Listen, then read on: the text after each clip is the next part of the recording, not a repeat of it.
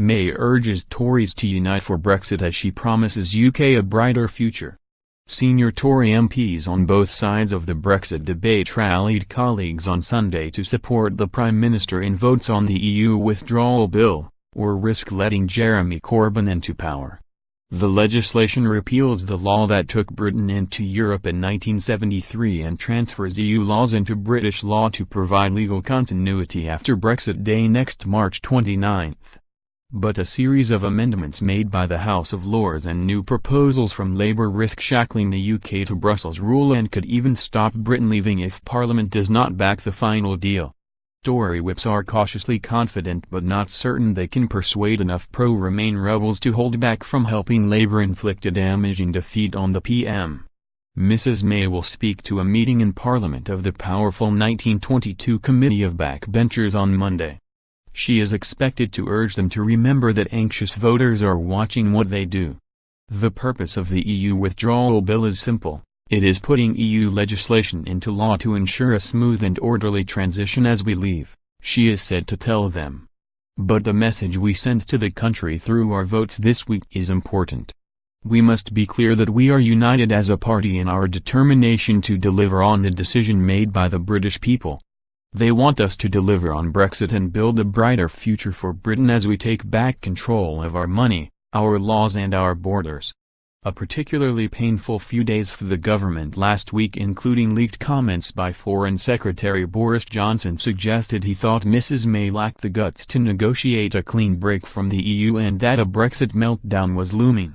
Meanwhile, Brexit Secretary David Davis and others were poised to quit until she agreed to put an expected end date on how long the UK would stay in EU customs rules pending an alternative being ready, though ministers disagree on how firm a guarantee the date is.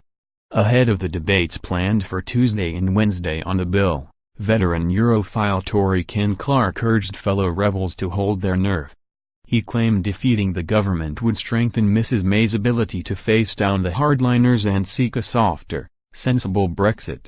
The cabinet Brexiteers behaved quite disgracefully last week, he told the BBC's Sunday Politics.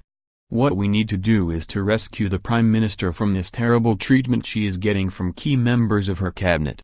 But others appeared to be backing down for fear of toppling Mrs May and letting a hardline Brexiteer take over. Former Home Secretary and Remain campaigner Amber Rudd and ardent pro-Leave former Minister Ian Duncan Smith united in an unusual joint appeal to colleagues to stay loyal to the PM. They said voting to overturn or dilute Lord's amendments should be a no-brainer, and Labour would exploit any government setback for its own purpose. It behoves us all to demonstrate discipline and unity of purpose in support of the Prime Minister, they wrote. We cannot allow ourselves to become divided and risk losing the precious chance to go on implementing policies that transform lives. Mr. Davis, who resumes talks in Brussels on Monday with EU negotiator Michel Barnier, stressed on Sunday this week's votes were about respecting the referendum result and respecting the manifesto all Conservative MPs stood on. Pro-Brexit Housing Minister Dominic Raab said, "People thinking about voting against the government this week need to think very seriously." Mr. Raab said the cabinet should be more disciplined, adding to Sky News, "Everyone needs to get behind the Prime Minister. We need to show as a government and also as a country that we're bigger than the sum of our parts."